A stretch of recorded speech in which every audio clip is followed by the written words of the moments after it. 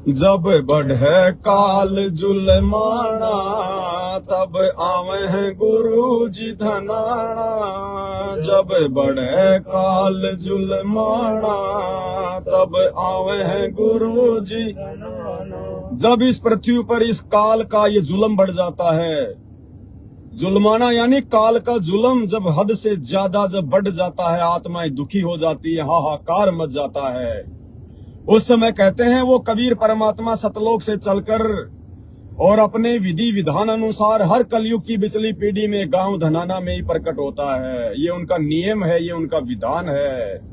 कहते हैं उत्तर दक्षिण पूर्व पश्चिम क्यों फिरता दाने दाने नू, अरे सर्व कला सतगुरु साहिब की हरि आए हरियाणे नू। वो परमात्मा हरियाणा में प्रकट होता है कलयुग की बिचली पीढ़ी में। जब बढ़े काल जुलमाना, तब आवे हैं गुरु जी धनाना। जब बढ़े काल जुलमाना, तब आवे हैं गुरु जी धनाना। भाई और बहनों, जिस घर में सतगुरु की महिमा होती है, सतगुरु तो दुनिया भर के, हिंदुस्तान में लाखों सतगुरु मिल जाएंगे आपको। और जब से ये YouTube चला है तब से तो दुनिया भर के करोड़ों सतगुरु बन गए। कोई आचार्य बन गया, कोई क्या बन गया, दुनिया भर के लोग अपनी फैकोलॉजी में लगे रहते हैं। लेकिन असली सतगुरु साहिब से सतगुरु भय, सतगुरु से भय संत, धर धर वेख विशाल अंग, वो खेल आदि और अंत। जो सच्चा ज्ञान दे, जो शास्त्रों के अनुसार ज्ञान दे, जो सच्ची भक्ति करवाए और जो भगत को सर्व लाभ दे, खड़े खड़े लाभ दे, उसके दुखों को दूर करे, कोडी को काया दे, बांझ को बेटा दे, निर्धन को माया दे, दुखी को सुखी करे, धरती को खुशहाल करे, वो होता है सच्चा सतगुरु। और वो सच्चा सतगुरु केवल एक है वर्तमान में, सतगुरु रामपाल जी भगवान। और ऐसे भगवान की जहां भी महिमा होती है, देखो भगवान की महिमा उसी समय सफल होगी जब हम अपने सतगुरु के अलावा सौपन में भी किसी और को भगवान नहीं मानेंगे। जब तक हम अपने घर में वो दाढ़ी मूंछ वाले कबीर जी की 650 साल पुरानी काल्पनिक नकली फोटो को रखेंगे दरबार में या अपने घर पर, दादा गुरु जी की फोटो रखेंगे, गरीबदास जी की फोटो रखेंगे, पंडित चिदानंद जी की फोटो रखेंगे, या किसी भी साधु संत महात्मा की फोटो रखेंगे, तब तक हम सतगुरु महिमा के लायक नहीं बन सकते, सतगुरु महिमा के योग्य नहीं बन सकते। हम महिमा अवश्य करेंगे लेकिन परमात्मा उसको स्वीकार नहीं करेगा। क्यों? क्योंकि हम दोगले हैं, दोगले।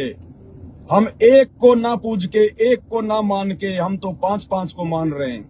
आज भी 90% संगत के घरों में नाम दीक्षा के समय जो फोटो दी जाती है, जिसमें बीच में गुरुजी और चारों दिशाओं में 4 महापुरुष बैठे हैं, एक तरफ दाढ़ी मूंछ वाले कबीर जी, एक तरफ गरीबदास जी, एक तरफ दादा गुरु जी, एक तरफ पंडित चिदानंद जी। अरे हम तो द्रौपदी वाली भूमिका निभा रहे हैं भाई, हम भगत कहां से बन गए? अरे भगत तो वो होता है जिसका एक ही भगवान हो। भगत का एक भगवान होना चाहिए, आत्मा का एक परमात्मा होना चाहिए। हमें तो इस काल ने द्रौपदी बना दिया बिना ज्ञान के। हम 5-5 को पूज रहे हैं। बहुत सारे लोग कहेंगे भाई गुरुजी भी तो दिया करते थे वो फोटो। अरे गुरुजी क्या करे भाई, जब तक आप गुरुजी को भगवान नहीं मानोगे, गुरुजी को ही परमात्मा नहीं मानोगे, तब तक भाई गुरुजी उस दाढ़ी मूंछ वाले को भगवान भी बताएगा, उस दाढ़ी मूंछ वाले कबीर जी का प्रकट दिवस भी मनवाएगा, वो तो सारा काम करेगा भाई। और जिस दिन आप ज्ञान आधार से अपने गुरुजी को ही भगवान मान लोगे, आप कबीर जी मान लोगे, उस दिन आपको जरूरत नहीं पड़ेगी बाकी फोटोओं की। दाढ़ी मूंछ वाले कबीर का जून में प्रकट दिवस मनाने की कोई जरूरत नहीं पड़ेगी आपको। केवल आप अपने गुरुजी का प्रकट दिवस मनाओगे 8 सितंबर को। तो भाई और बहनों, 90% संगत तो पांडवों की पत्नी द्रौपदी की भूमिका निभा रही है, जिनके 5-5 पति हैं। 5-5 पति संत रामपाल जी सहित जिनके 4 पति और हैं। वो पतिव्रता आत्मा नहीं है, वो पतिव्रता पद की भक्ति नहीं कर रही, वो तो व्यभिचारिणी भक्ति कर रही हैं, वैश्या भक्ति कर रही हैं। और जब तक हम लोग ये वैश्या भक्ति करेंगे, क्योंकि वैश्या के कई पति होते हैं, गिनती नहीं होती है, उस वैश्या को कोई भी इज्जत और सम्मान नहीं देता, उसको पतिव्रता नहीं कहा जाता।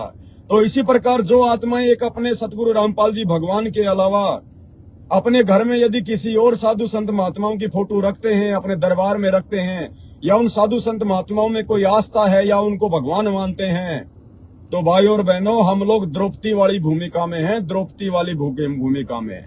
और जब तक हम द्रौपदी वाली भूमिका में रहेंगे तब तक भगवान हमारा सहायता नहीं करेगा। ये काल ऐसे ही आपका चीर हरण करता रहेगा।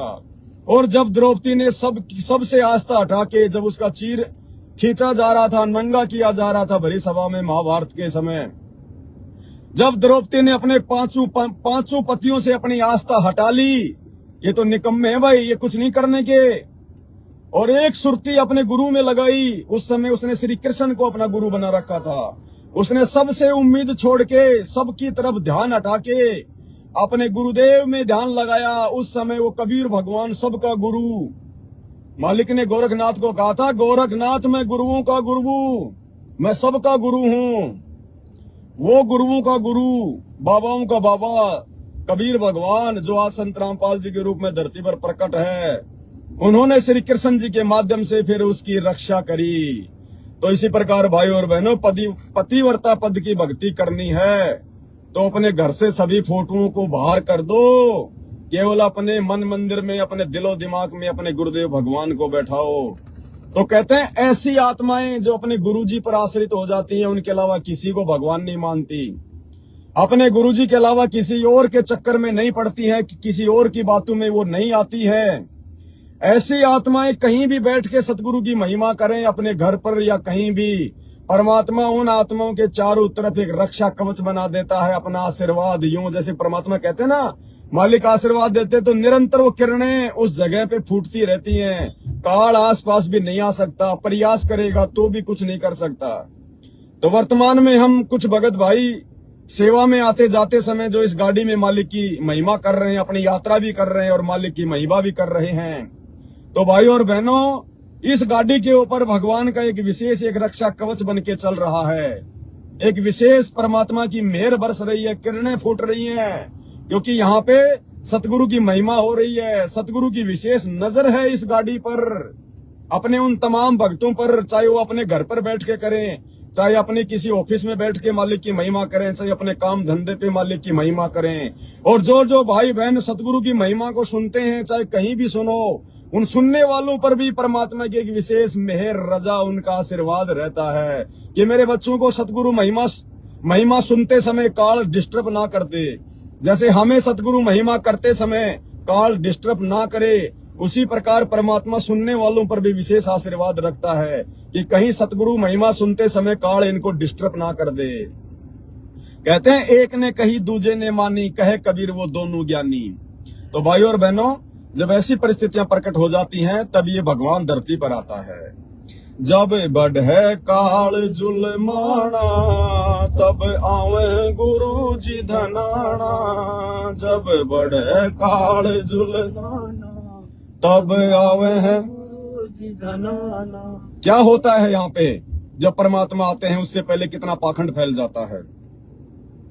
चार वेद पंडित जी भूले, चार वेद पंडित जी भूले, चार वेद पंडित जी भूले, चार वेद पंडित जी भूले, और कथे ज्ञान मन माना, तब आवे हैं गुरु जी धनाना। और कथे ज्ञान मन माना, तब आवे हैं गुरु जी धनाना। जब बढ़े काल जुलमाना, तब आवे हैं गुरु जी धनाना। चार वेद पंडित जी भूले, और कथे ज्ञान मन माना। ये पंडित, ये ब्रह्मा जी के वंशज, ये इन वेदों के वास्तविक ज्ञान को, सार को भूल जाते हैं, क्योंकि इनको तत्व ज्ञान प्राप्त नहीं होता है, और तत्व ज्ञान केवल सतगुरु ही आके देता है। तो सतगुरु की पहचान इनको ना होने के चलते, तत्वदर्शी संत की शरण प्राप्त ना हो पाने के चलते, इन पंडितों ने केवल संस्कृत भाषा को समझ लिया, उनको रट लिया, रट्टा मार लिया। बचपन से पढ़ने लग जाते थे, अपने बाप दादाओं से सीखने लग जाते थे, क्योंकि हमारे धर्मशास्त्र जो है संस्कृत भाषा में लिपिबद्ध हैं। तो इनको संस्कृत भाषा का तो पक्का ज्ञान हो गया। ये तो आम बोलचाल में भी संस्कृत ही बोलते थे। जैसे पहले के समय में संस्कृत का इतना बोलबाला था, परमात्मा कहते हैं जैसे वर्तमान में आजकल जैसे कोई अंग्रेजी बोलता है तो लोग उसके मुंह की तरफ देखते हैं कि यार इसको अंग्रेजी आती है। ऐसे पहले के समय में जो संस्कृत बोलता था उसको बहुत बड़ा विद्वान समझा जाता था। तो भाई धीरे धीरे वो संस्कृत का जमाना गया, अब अंग्रेजी का आ गया, और अब सबसे बड़ा अंग्रेज धरती पर आ गया सतगुरु रामपाल जी भगवान अपना तत्व ज्ञान देने। तो आने वाले समय में ये अंग्रेजी भी टाए टाए फिस फिस हो जाएगी, और सबसे बड़े विद्वान धरती पर वो समझे जाएंगे जो सतगुरु रामपाल जी भगवान की शरण में हैं, जो उनके ज्ञान को समझ चुके हैं, जो शास्त्रों को समझ चुके हैं। तो उन पंडितों को केवल संस्कृत का ज्ञान था, और संस्कृत को पढ़ पढ़ के, क्योंकि वेदों में गीता जी में जो श्लोक लिखे हुए हैं वो संस्कृत भाषा में है, परंतु उन शब्दों का जो मीनिंग का जो अर्थ है, जो सार है, वो पंडित जी नहीं समझ पाए। संस्कृत तो उन्होंने पढ़ ली कि अग्नि तनुरसी विष्णवे तवा सोमस्य तनुरसी कबीर अंगारी यसी भंबारी यसी सवर ज्योति रित धामासी ओम इति एक अक्षरम ब्रह्म मारण मा मनुष्यमरणम ये प्रियाति तजम देम सयाति प्रमाम गतम। ये तो उन्होंने पढ़ लिया, लेकिन वो उनके सार क्या है, उनका मीनिंग क्या है, उनका रहस्य क्या है, वो कोड वर्ड में है, वो संकेत में है। वो संकेत ये समझ नहीं पाए। अब जैसे 5वीं कक्षा में पढ़ने वाले बच्चे को हिंदी पढ़नी आ जाती है आराम से, और पीएचडी की जो पुस्तक होती है, बीए की जो पुस्तक होती है, वो भी ज्यादातर हिंदी भाषा में होती है हमारे देश में। अब वो 5वीं कक्षा में पढ़ने वाले बच्चे को कोई पीएचडी की पुस्तक लाके दे दे कि बेटा इसको पढ़, तो वो पढ़ तो देगा उसको।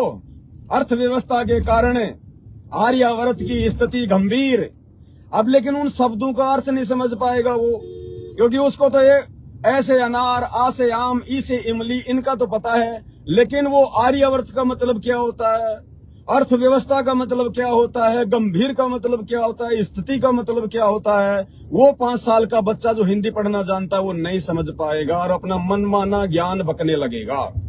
तो ये हमारे पंडित भाई जो लोग थे, किसी भी धर्म के मुल्ला काजी जो भी हैं, जो ठेकेदार बने होते हैं अपने अपने धर्मों की पुस्तकों के, इनको केवल भाषा का ज्ञान था, संस्कृत का ज्ञान था, लेकिन वो अर्थ क्या कह रहे हैं, सृष्टि रचना क्या है, उसको नहीं समझ पाए। और जिस कारण से इन्होंने संस्कृत भाषा को और उन वेदों को रोजी रोटी का जरिया बना लिया, रोजी रोटी का साधन बना लिया, पेट कमाई का साधन बना लिया।